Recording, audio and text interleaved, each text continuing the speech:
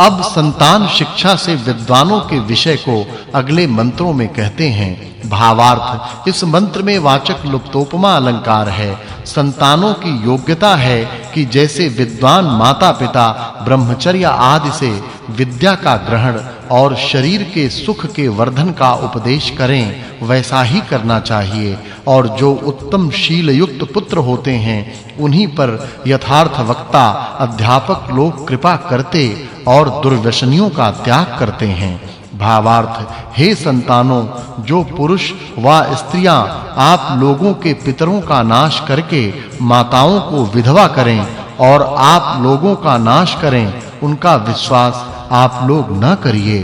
फिर राज विषय को अगले मंत्र में कहते हैं। भावार्थ, इस मंत्र में वाचक् लुप्तोपमा अलंकार है। हे राजन, जो पुरुष और स्त्रियां व्यभिचार करें, उनको तीव्र दंड देकर नाश करो। इस सूक्त में इंद्र, मेघ, राजा और विद्वान के कृत्य वर्णन करने से इस सूक्त के अर्थ की इससे पूर्व सूक्त के अर्थ के साथ संगति जाननी चाहिए। यह तृतीय अष्टक में 5वां अध्याय 18वां सूक्त और 26वां वर्ग समाप्त हुआ। अथ तृतीयाष्टके षष्ठाध्यायः। ओम विश्वानि देव सवितर दुरितानि परासुव यद्भद्रं तन्न आसुव। अब तृतीयाष्टक में छठे अध्याय का और 29वें सूक्त का प्रारंभ है। उसके प्रथम मंत्र में इंद्र पदवाच्य राजगुणों का उपदेश करते हैं। भावार्थ, जो विद्वान लोग अति श्रेष्ठ गुण वाले राजा का स्वीकार करें, वे ही पूर्ण सुख वाले होते हैं। अब मेघ दृष्टांत से राजगुणों को अगले मंत्रों में कहते हैं। भावार्थ, इस मंत्र में उपमावाचक लुप्तोपमा अलंकार है। हे राजन, आप सत्य आचरण करने वाले हुए यथार्थ वक्ताओं के सहाय से चक्रवर्ती सार्वभौम होइए और जैसे सूर्य मेघ का नाश करके संसार को सुख देता है, वैसे ही चोर डाकुओं का नाश करके प्रजाओं को आनंद दीजिए। भावार्थ, इस मंत्र में वाचक् लुप्तोपमा अलंकार है। जैसे सूर्य किरणों से मेघ को काट के और पृथ्वी पर गिरा के नाना प्रकार के मार्गों में बहाता है, वैसे ही विद्या से अविद्या का नाश करके दंड से अधार्मिक पुरुषों को कारागृह अर्थात जेल खाने में छोड़ के बहुत शाखा युक्त नीति का सर्वत्र प्रचार करें। अब मेघ दृष्टांत से राजसेना विषय को अगले मंत्र में कहते हैं। भावार्थ, इस मंत्र में उपमा अलंकार है।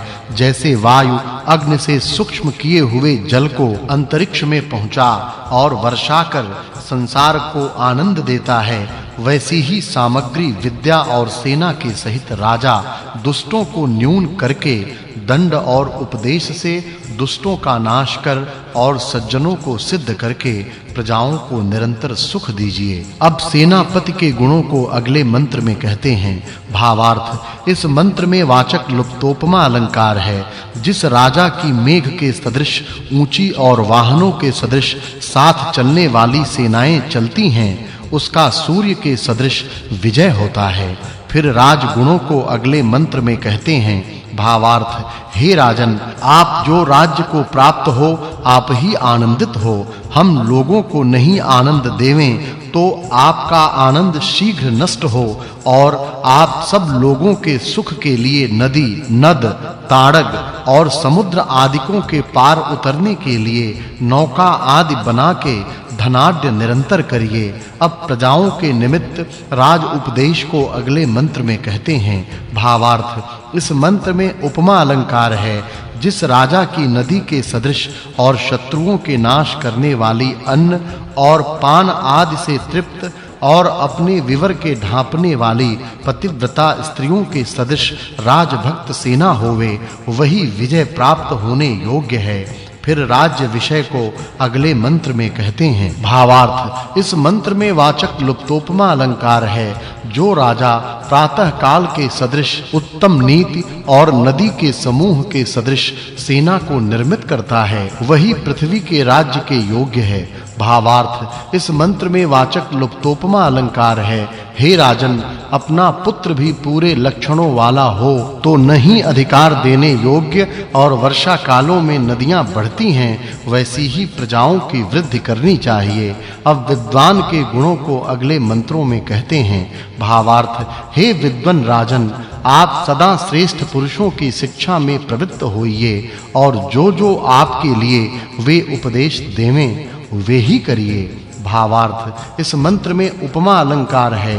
हे राजन, जो प्रशंसित कर्म करें उनका आप निरंतर सत्कार करिए और वे आपके अनुकूल हुए और उत्तम लोग सब धर्म, अर्थ और काम के साधन होइए। इस सूक्त में इंद्र, मेघ, सेना, सेनापति, राजा, प्रजा और विद्वान के गुण वर्णन से इस सूक्त के अर्थ की पूर्व सूक्त के अर्थ के साथ संगति जाननी चाहिए।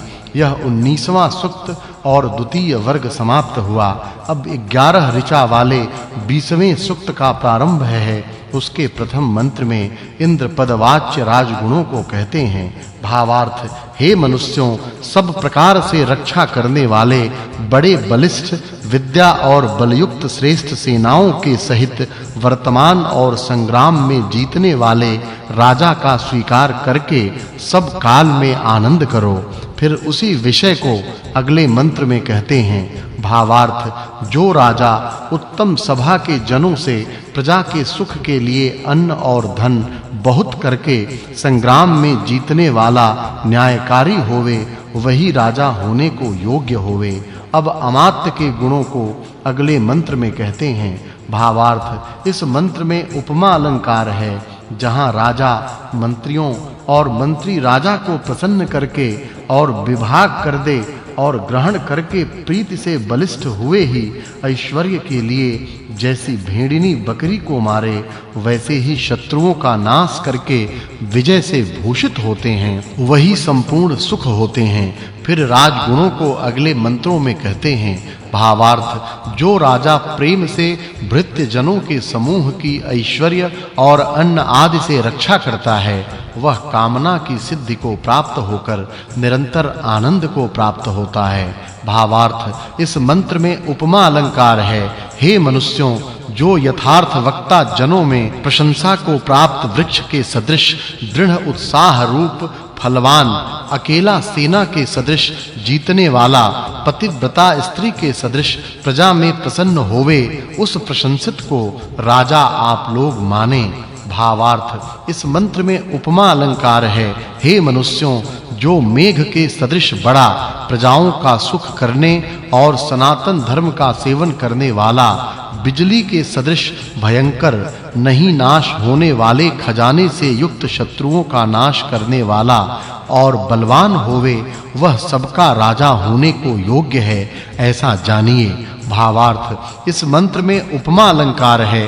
हे मनुष्यों, जिसका उत्तम कुल में जन्म और जिसका कुल प्रशंसित कर्म किए गए के समान और जिसका संग्राम में व विचार में रोकने वाला नहीं है, वही सुख देने वाला राजा हम लोगों को होवे, ऐसी हम लोग इच्छा करें। फिर राज विषय को अगले मंत्र में कहते हैं। भावार्थ वही राजा दिशाओं में यशस्वी होवे कि जो मनुष्यों को विद्या, धन और उत्तम वास देकर संग्रामादिकों में निरंतर सबकी रक्षा करे। अब विद्वानों के उपदेश गुणों को अगले मंत्रों में कहते हैं। भावार्थ इस मंत्र में वाचक् लुप्तोपमा अलंकार है। मनुष्यों की योग्यता है कि जैसे यथार्थ वक्ता जन पापों का त्याग, धर्म का आचरण और यथार्थ ज्ञान स्वरूप ज्ञान का धारण करके जगत के कल्याण के लिए बहुत ज्ञान को फैलाते हैं, वैसे ही आप लोग आचरण करो।